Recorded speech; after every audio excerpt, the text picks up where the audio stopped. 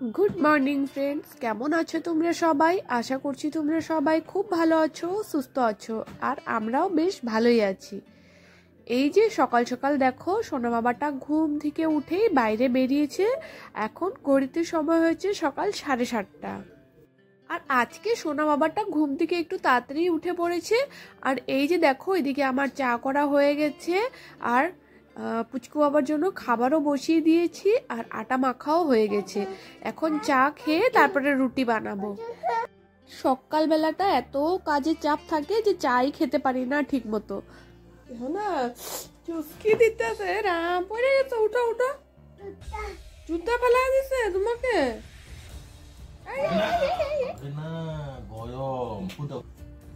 দেখো ঠান্ডা লাগছে পুরো। তোমার না গরম লাগে শরীর?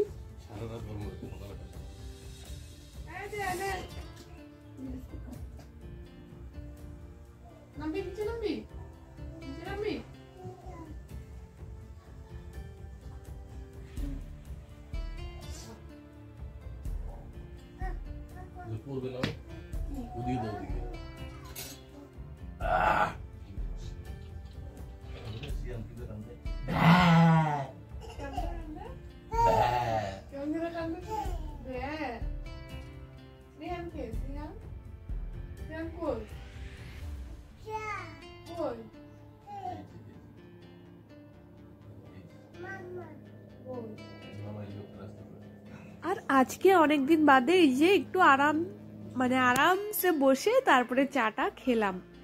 কারণ সকালবেলা কাজের এত চাপ থাকে, এই যে এদিকে রুটি করতে হয়, গরম জল করতে হয়, সোনা বাবার জন্য খাবার রেডি করতে হয়, সবজি বানাতে হয়, তারপরে লাল চা, দুধ চা, চিনি ছাড়া, তারপরে পুচকু বাবার জন্য আবার জল গরম, তারপরে শ্বশুর মশাইয়ের জন্য জল গরম, এইসব করতে করতে না অনেকটা সময় লাগে। রুটি রুটি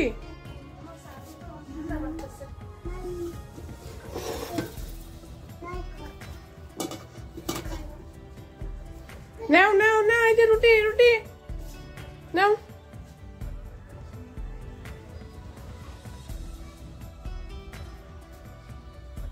খাও, পাপার কাছে যাও। হ্যাঁ, গরম না ঠান্ডা তো। পাপার কাছে নিয়ে যাও, পাপার কাছে যাও, পাপাকে বলো। সোনা বাবাটা আসছিল রুটি নেওয়ার জন্য, ওকে একটু রুটি ছিঁড়ে দিলাম, ও ওর পাপার কাছে যায়, তারপরে খেয়ে আসলো।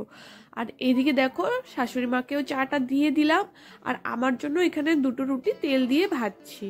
আর যখনই আমি তেল দিয়ে রুটি ভাজি, আমার হাজব্যান্ড একটাই ডায়লগ দিবে যে গ্যাসের সমস্যা, খালি তেল দিয়ে রুটি খাও। আর কি করব, শুকনো রুটি না প্রত্যেকদিন খেতে আর ভালো লাগে না। আর আজকে সবজি সেরকম নেই, রাত্রেবেলা নিরামিষ সবজি করেছিলাম তো, সেটাই রেখে দিয়েছিলাম যে সকালবেলা রুটি দিয়ে খাওয়া হয়ে যাবে, তাই একটু গরম করে নিচ্ছি এখানে। তারপরে আবার এই যে সোনা বাবার জন্য জলটা গরম করে একবারেই ফ্লাক্সের মধ্যে ভরে রাখবো। আর এদিকে লাল চাও বসিয়ে দিয়েছি। তারপরে সবার জন্য এই যে এদিকে রুটিটা থালের মধ্যে বেড়ে দিব, আর সবাই মিলে বাইরে বসে খাবো। এখন তো শীতকাল পড়ে গেছে, বাইরে রোদের মধ্যে আমরা সকালবেলা ব্রেকফাস্টটা করি। আর এক এক করে সবাইকে বাইরে দিয়ে আসছি, তারপরে আমিও বাইরে নিয়ে তারপরে খাবো। ব্রেকফাস্ট করার পরে এই যে চলে আসলাম আবার বেডরুমে, রুমটাকে ভালো করে গুছিয়ে নেব, যেহেতু এখন ঠান্ডার দিন আর বেডের অবস্থা এরকম হয়ে থাকে, দেখার মতন না। আর প্রত্যেক দিন এইসব জিনিস একই রকম তোমাদের সাথে শেয়ার করতেও ভালো লাগে না, আর শেয়ার না করলেও কি করবো বলো তো, প্রত্যেক দিন ডেইলি ব্লগে তো এই সমস্ত জিনিসগুলোই তোমাদের সাথে শেয়ার করতে হবে। আর এখন ঠান্ডার দিনে না বিছানার মধ্যে অনেকগুলোই জিনিস থাকে, তাই ভাঁজ করতে অনেকটা সময় চলে যায়।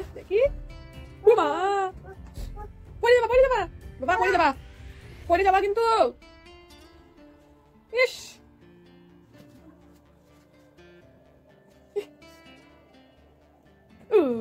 দেখি দেখি, মাকে ভয় পাও, মাকে ভয় পাও। মা কই, মা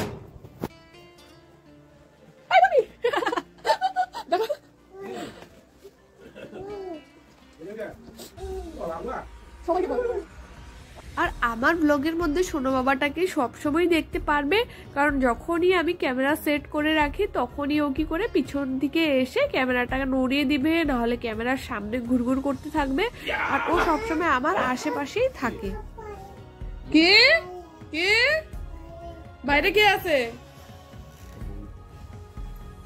তোমার বউ?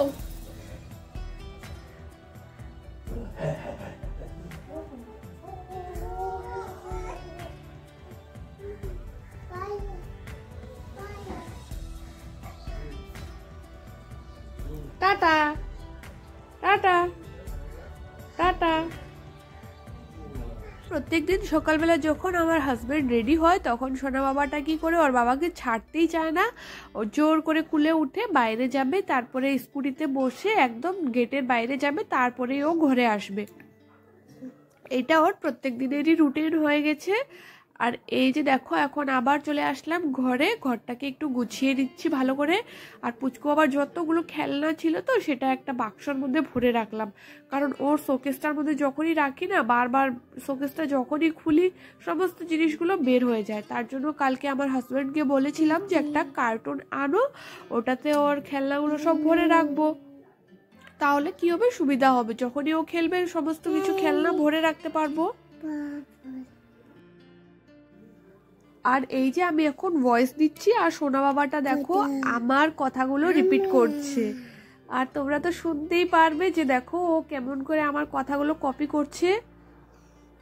আর বাইরে সমস্ত শুকনো ওর কথাগুলো শুনে হাসিও পাচ্ছিল, আর এদিকে আমার সর্দিও লেগেছে, তাই আমি ভয়েসও ঠিক মতন দিতে পারছিলাম না। সকালবেলা একটু মানে কালকের যে জামা কাপড়গুলো শুকনো ছিল সেগুলোকে রোদে দিয়ে দিয়েছিলাম, সেগুলোও শুকিয়ে গিয়েছে। আর সকাল সকালই আজকে জামা কাপড়ও ধুয়ে দিয়েছি। ভাবছিলাম আজকে কাজকর্ম তাড়াতাড়ি শেষ হয়ে যাবে, কিন্তু আজকে এরকমই ভাগ্য যে এতটা লেট হয়ে গেছে কাজ করতে করতে, কিন্তু আজকে কাজ কম ছিল ওই হিসাবে, কিন্তু কাজটা অনেক দেরি হয়ে গেছে করতে করতে। ঘরগুলো ভালো করে ঝাড় দিয়ে তারপরে এই যে এখন ঘর মুছছি। আর দেখো সোনা বাবাটা কান্না শুরু করছে, এখন ওকে নিয়েই আমার রুমটা মুছে দিচ্ছি, কারণ আবার শুকোতে দেরি হবে, ও আবার পড়ে যাবে, তার জন্য ওকে কুলে নিয়ে ঘরটাকে মুছে ফ্যানটা চালিয়ে দিয়েছিলাম, এখন শুকিয়ে গিয়েছে। আর এখন দেখো আবার দুষ্টামি শুরু হয়ে গেছে ওর। তারপরে ওকে একটু কার্টুন দিয়ে একটু সমস্ত ঘরগুলো মুছে তারপর তাড়াতাড়ি করে আসলাম ওর পাশে। এই যে এখন দেখো ওর সাথে একটু খেলাধুলো করছি।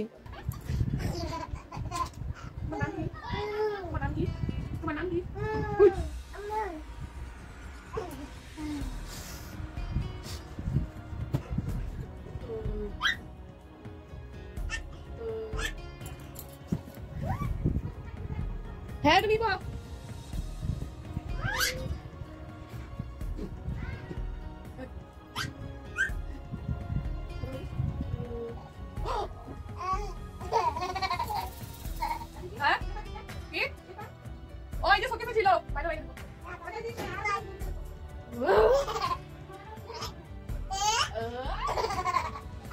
এখন স্নান করে চলে আসলাম, এখন ফুল তুলছি, কারণ এখন ঠাকুর পুজো দিব। আর এখন না গাছে ফুল একদমই ফুটে না।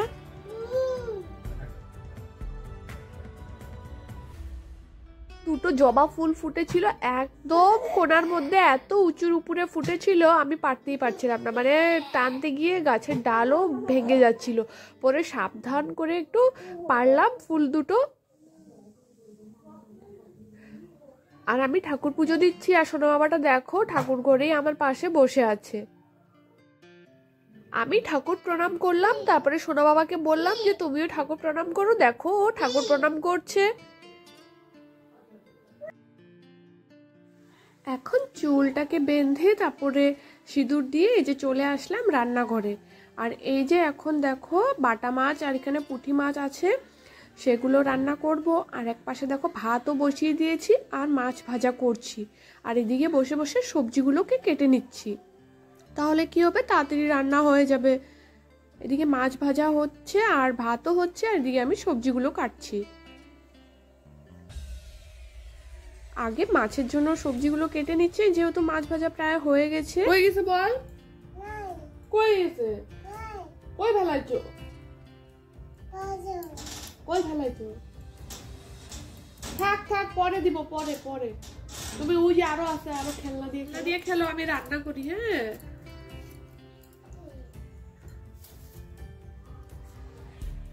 কই বেড়াইছিস?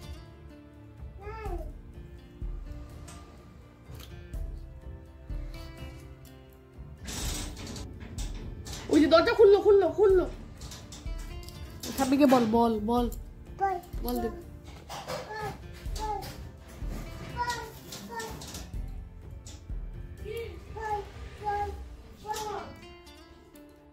আর এদিকে দেখো মাছ ভাজা হয়ে গেছে, একটা মধ্যে চচ্চড়ির জন্য রেখেছি, তারপরে আরেকটা একটু ভাজা খাওয়ার জন্য এমনি রেখেছিলাম, আর একটা তরকারিতে দিব তাই রেখেছি। আর পুচকু বাবার জন্য একটু ডাল সিদ্ধও বসিয়েছি,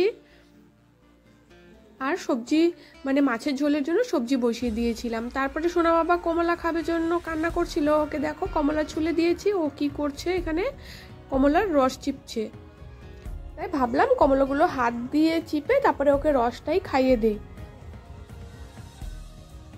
আর এত স্পিডে কাজ করি না, তবুও না কাজ এগোতে চায় না, কি করব বলো। বাচ্চাটাকেও সামলাতে হয়, তারপরে এইদিকে ওকে দেখতে লাগে।